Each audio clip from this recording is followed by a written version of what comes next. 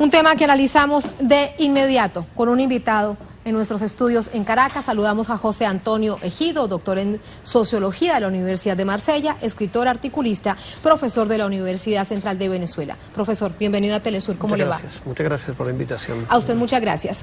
Yo quisiera comenzar este análisis, profesor, con los posibles escenarios. Lugansk y Donetsk dicen que son repúblicas independientes.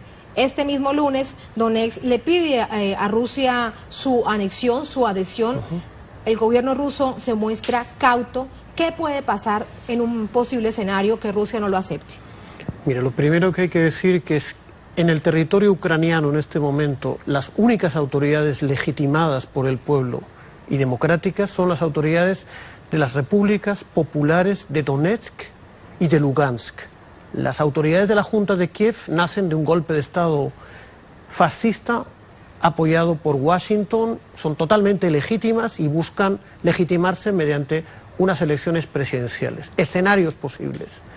Mire, se han proclamado no dos repúblicas, o la intención de convertirse en repúblicas populares eran 4 repúblicas. Una, la de Odessa, la de Kharkov, la segunda ciudad de Ucrania. ¿Que decidieron postergarlo? Que decidieron efectivamente postergarlo, la de Lugansk y la de Donetsk, que no aceptaron la recomendación que les hizo el presidente Putin, evidenciando que ellos no son ni subordinados ni agentes del gobierno ruso, como lo planteaba la Junta Fascista de Kiev. Bien, ya las únicas autoridades legítimas, insisto, se han proclamado como repúblicas populares, pero el proyecto es que se produzca el referéndum en las otras 2 repúblicas populares.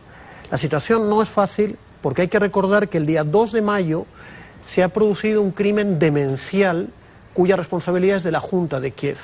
Han sido asesinadas ya no 40 personas en Odessa, sino 116 personas. Las últimas informaciones que provienen de un diputado de la Asamblea Legislativa de Odessa, difundidas por Russia Today, señalan que los desaparecidos han sido asesinados.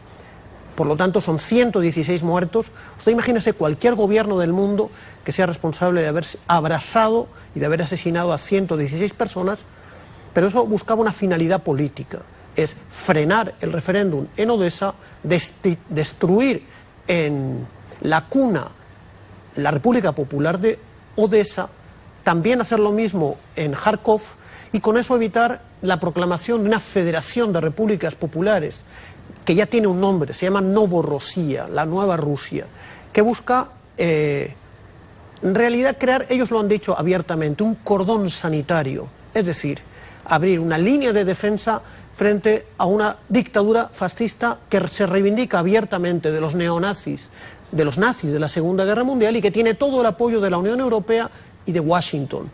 Esa gente, fíjese, la Unión Europea ha declarado ilegítimas los referendos en los que ha participado la amplia mayoría del pueblo de la cuenca del Donbass, la zona, una de las zonas más industriales. Pero no ha condenado el golpe de Estado. No ha condenado y apoya las verdaderas autoridades ilegítimas, que son la Junta Fascista de Kiev. Entonces, ahí entramos en una situación muy peligrosa, porque la Junta de Kiev, que son en realidad agentes de los Estados Unidos, ese mismo periódico que usted mencionaba, Bild and Sonntag, señalaba la semana pasada que hay decenas de agentes de la CIA y del FBI en funciones de asesoría, es decir, en funciones de dirección militar de estas operaciones. La última noticia, 400 mercenarios de Blackwater, la Guardia Nacional formada por nazis de Pravy Sector y los militares ucranianos que no han querido desertar.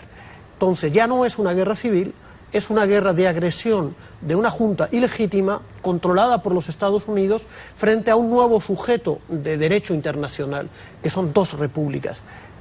Puede ocurrir que no sean aceptados en la Federación Rusa, entonces estaríamos en una situación que ya existe en el espacio soviético. Desde el año 92 hay una república que reivindica abiertamente el socialismo soviético, no reconocida por nadie, pero ampliamente existente, que es la República de Pridnestrovie, que está en torno al río Dnieper, entre Ucrania y Moldavia.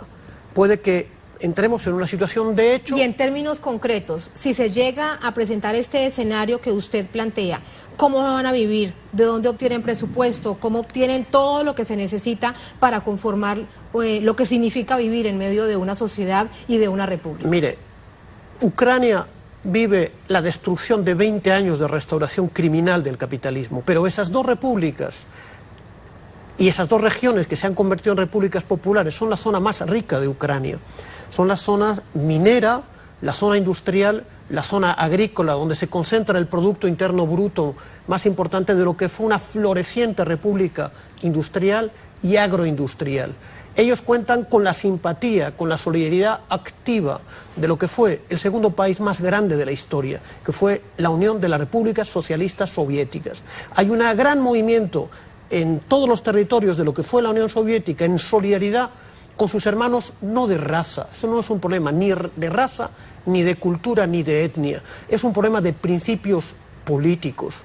Ellos no quieren vivir bajo la bota de los asesinos nazis que fueron derrotados por sus abuelos en 1945. Mire usted el temple, algo mucho más profundo. Mire el temple y la dignidad de esa población que en medio del terror, de la barbarie, de crímenes inauditos como el cometido en Mariupol, como el cometido en Odessa, han ido pacíficamente a votar, a firmar su voluntad democrática de ser libres, de ser independientes y de volver a restaurar la Unión Soviética, una Unión Soviética de nuevo tipo y de base popular. Eso es lo que desespera a Washington y a la Unión Europea. Y eso es, se lo pregunto, las razones por las que cada vez hay más presiones de la Unión Europea y de Estados Unidos contra Rusia. Claro. Así que, ¿hacia dónde veremos también ese escenario, profesor? Veremos más sanciones contra Rusia, pero ¿qué hará Rusia para defenderse?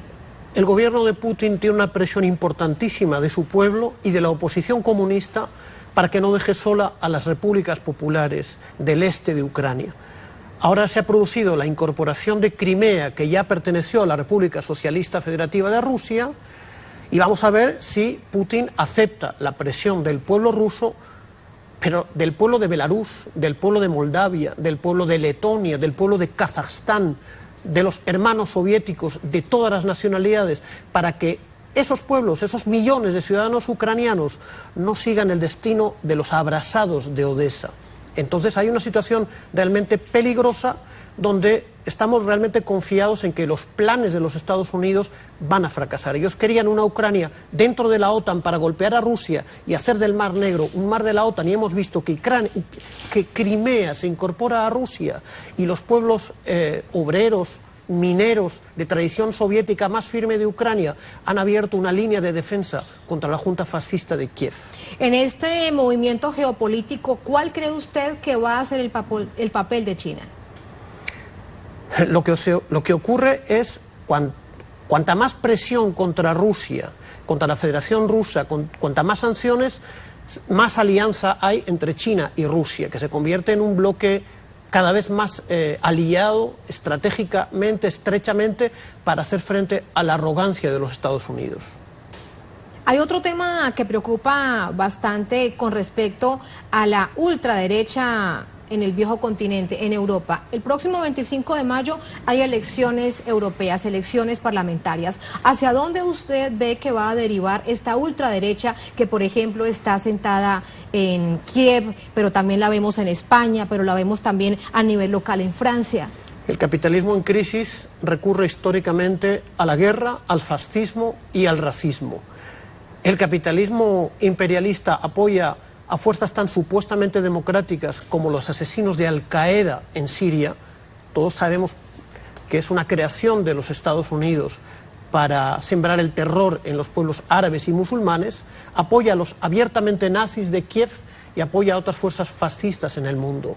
Entonces entramos en una situación bien delicada, donde se está dilucidando la posibilidad de la democracia, de la vida pacífica, de las democracias, del propio género humano. Es muy significativo que han sido sancionados por los Estados Unidos los responsables de las juntas electorales de Lugansk y de Donetsk. Para los Estados Unidos, organizar elecciones democráticas es un crimen de terrorismo. Por lo tanto, los pueblos están llamados, como en el año 45, a derrotar al fascismo. Por último, profesor, ¿usted cree que veremos un enfrentamiento o una intervención militar en Ucrania? Ya se produce una intervención militar por parte de los Estados Unidos. Se ha producido la visita del jefe nada menos que de la CIA, seguida del jefe del vicepresidente de los Estados Unidos. Y hemos visto un enfrentamiento sangriento con decenas, centenares, tal vez miles de muertos.